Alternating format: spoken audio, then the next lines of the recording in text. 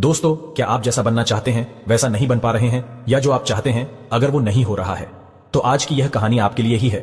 दोस्तों, इस कहानी को ध्यान से अंत तक जरूर सुनना। दोस्तों, अगर आप इस कहानी को अंत तक ध्यान से सुनते हैं तो आपको इस कहानी से कुछ ऐसा सीखने को मिलने वाला है जो आपको आपकी लाइफ में बहुत काम आने वाला है। इसलिए इस कहानी को अंत तक अवश्य सुने। लाइफ चेंजिंग गौतम बुद्धा की कहानी। दोस्तों, आज आपके पास जो कुछ भी है वो इसीलिए नहीं है कि आपकी किस्मत में इतना ही लिखा था या फिर आपकी किस्मत ही खराब है, बल्कि वो इसीलिए है क्योंकि आप इतना ही डिजर्व करते हैं।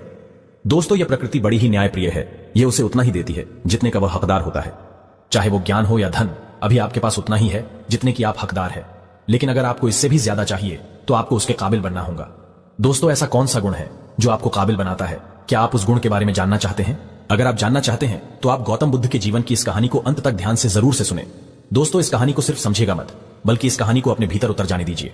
तो बिना समय को गवाएं, चलिए कहानी की शुरुआत करते हैं। गौतम बुद्ध के जीवन की शिक्षाप्रद कहानी जो आपका जीवन बदल देंगी। दोस्तों, एक बार गौतम बुद्ध को एक सभा में भाषण करना था, और जब सभा का समय हुआ तब बुद्ध वहां आए और बिना कुछ बोले ही वहां से चले गए। तकरीबन 100 से भी ज्यादा लोग बुद्ध का उस सभा में इंतजार कर रहे थे, और बुद्ध के इस तरह के व्यवहार को देखकर सभी लोग बहुत चौंके, लेकिन किसी ने भी बुद्ध से कोई भी प्रश्न नहीं किया। दोस्तों, अगले दिन फिर से सभा का आयोजन हुआ, और दूसरे दिन सभा में लोगों की संख्या तकरीबन घट गई। इस बार तकरीबन 80 लोग सभा में बैठे हुए थे। बुद्ध सभा में आए, लेकिन इस बार भी बुद्ध ने वही किया, यानी बुद्ध इस बार भी आए और बिना कुछ बोले ही वहां से चले गए। लोग दोबारा से चौंके, लेकिन किसी ने भी बुद्ध से कोई प्रश्न नहीं किया। अगले दिन सभा का आयोजन फिर से किया, लेकिन इस बार सभा में लोगों की संख्या और घट गई। इस बार सभा में केवल 50 लोग ही आए हुए थे। बुद्ध सभा में फिर से आए और उन्होंने इधर उधर देखा और बिना कुछ बोले ही सभा से चले गए। उसके बाद कुछ लोग क्रोधित भी हुए, क्योंकि लोगों ने अपना काम छोड़ छोड़कर आए हुए थे, लेकिन किसी ने भी बुद्ध से कोई प्रश्न नहीं किया। अगले दिन फिर से सभा का आयोजन हुआ। दोस्तों, आप लोग जो इस कहानी को सुन रहे हैं, आप में से भी कुछ लोग मन ही मन यह कह रहे होंगे कि अरे कितनी बार सभा का आयोजन होगा, और आप लोगों को भी इस कहानी को सुनते वक्त इरिटेशन होना शुरू हुआ होगा। और जिन जिन लोगों को भी अभी इरिटेशन होनी शुरू हो गई है, उन लोगों को तो यह कहानी बड़े ध्यान से पढ़कर समझना चाहिए, क्योंकि यह कहानी आपके लिए ही है। अगले दिन फिर से सभा का आयोजन हुआ, लेकिन इस बार सभा की संख्या और ज्यादा घट गई थी, यानी इस बार सभा में सिर्फ 30 लोग ही थे। फिर उसके बाद बुद्ध सभा में आए, मुस्कुराए, और फिर से बुद्ध ने वही किया, यानी बिना कुछ बोले ही वहां से चले गए। इस बार भी लोग बहुत क्रोधित हुए, और इस बार लोगों ने पीछे से कुछ कहा भी और बड़बड़ाए भी, लेकिन बुद्ध ने उनके किसी भी प्रश्न का उत्तर नहीं दिया। दोस्तों, अगले दिन फिर से सभा का आयोजन हुआ, और इस बार लोगों की संख्या बहुत ज्यादा घट गई थी, यानी इस बार सभा में कुल मिलाकर 15 लोग ही आए हुए थे। इस बार भी बुद्ध सभा में आए, लेकिन इस बार बुद्ध अपना आसन ग्रहण कर लेते हैं। फिर बुद्ध बोले, और बुद्ध ने उन 15 लोगों को उपदेश दिया, और वे 15 लोग ही बुद्ध के भिक्षु बन गए, और आगे चलकर उन 15 लोगों ने ही बुद्ध के ज्ञान को अलग अलग दिशाओं में फैला दिया। फिर एक दिन बुद्ध से किसी ने पूछा कि बुद्ध, आप कई दिनों तक बिना बोले ही सभा से क्यों चले जाते थे? फिर बुद्ध कहते हैं कि मैं उन लोगों को खोज रहा था जो लायक थे, यानी कि पहले दिन 100 से भी ज्यादा लोग आए हुए थे, उसमें से ज्यादातर लोग सिर्फ आए हुए थे। उन्हें मेरे उपदेश से कोई भी मतलब नहीं था, वे बस आ गए थे। और उसमें से ज्यादातर लोग सिर्फ देखने और सुनने आए हुए थे कि सभा में क्या होता है।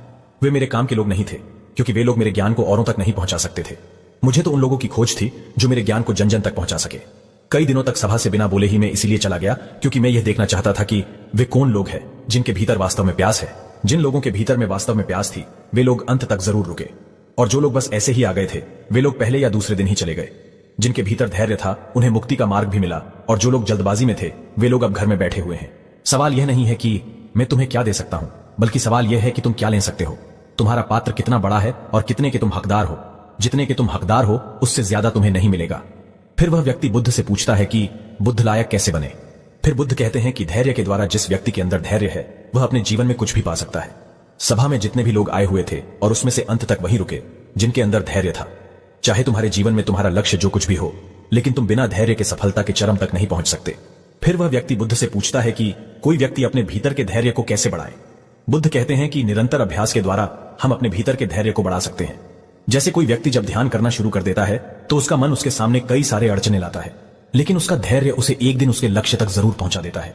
फिर वह व्यक्ति बुद्ध से कहता है कि मैं समझ गया, बुद्ध में समझ गया, यानी मुझे धैर्य के साथ निरंतर अभ्यास करने की आवश्यकता है। दोस्तों, अब आपको समझ आ गया कि आपके पास वो क्यों नहीं है जो आप पाना चाहते हैं, क्योंकि आप उसके लायक नहीं है। आप लायक तभी बनेंगे जब आप अपने भीतर धैर्य को बढ़ाएंगे। और धैर्य कैसे बढ़ेगा? धैर्य बढ़ेगा निरंतर अभ्यास के द्वारा। और अभ्यास कौन करेगा? अभ्यास करेंगे आप, तो फिर करते क्यों नहीं? दोस्तों, खुद से ईमानदारी के साथ एक प्रश्न जरूर पूछिए कि जो आप भविष्य में बनना चाहते हैं, उसके लिए क्या आप धैर्य के साथ कर्म कर रहे हैं? दोस्तों, अगर उसका उत्तर नहीं है, तो अपनी असफलता के लिए जिम्मेदार आप खुद होंगे। दोस्तों, आज की यह गौतम बुद्ध की शिक्षाप्रद कहानी आपको पसंद आई होंगी, तो नीचे कमेंट बॉक्स में यस जरूर लिखें, और उसके साथ ही इस कहानी को अपने दोस्तों के साथ शेयर करना